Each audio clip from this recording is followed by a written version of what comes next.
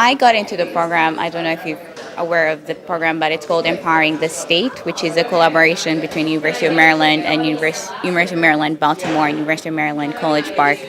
And it's a state collaboration. And how I got into it, I learned of it from Dr. Carey, who sent out the announcement. And one of the projects that was on there was about protein engineering to create drugs that can be used for cancer treatment. Particularly, my lab was looking at ovarian cancer, and I've done a lot of work with cancer. I'd done work with animal models. I had done clinic work back in Uganda with the Uganda Cancer Institute.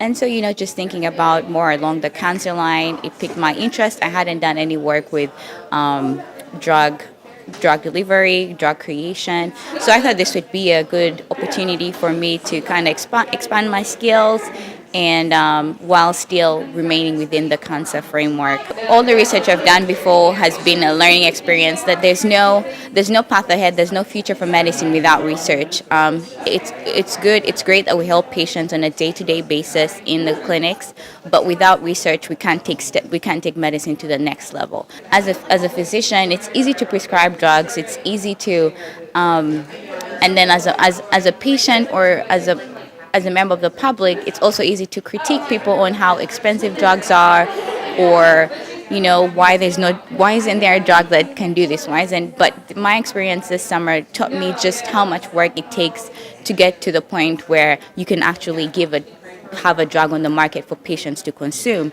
So I hope somehow to be able to combine my interest in public health with my interest in research and medicine and kind of come up with something that I can use to feed my passion for public service, at the same time feed my academic interest in science, while also treating patients in the clinic. Yeah. I'm a rising second-year medical student here at UMB, and I see myself going to some sort of hands-on specialty, probably something related to surgery. Every day in the hospital we're around MRI, CT scans, different machines that use a lot of scripting, a lot of coding, but we're more interested in the output, not necessarily on what goes behind the scenes to get these machines to work. So I just thought it would be great to have some knowledge about how things are programmed, how simulations work. The opportunity came up and I applied for it. In the future, now that I know how to use Python, how to use MATLAB, these are different programs, softwares that we use to run simulations, I think I'll be better able to troubleshoot problems that I might encounter in the future with robotic surgery or anything that involves simulations. So I work in Dr. Turi's lab, which is in IPSD at College Park. And we have some postdocs in the lab as well as PhD students.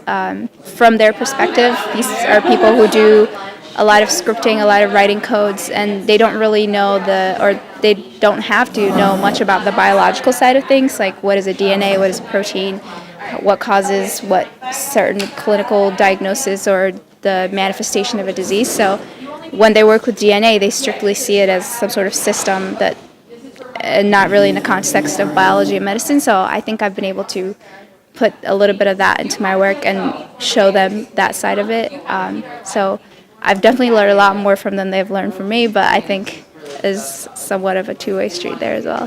So I think for UMB students, I would say if you don't have any background in computer, or I think my classmates also doing research in cancer, there's different projects available, and whatever interests you, even if you don't have much background in it, I think you should go into it and try it out. And the atmosphere that I work in is amazing. It's all the research labs I've worked in the past.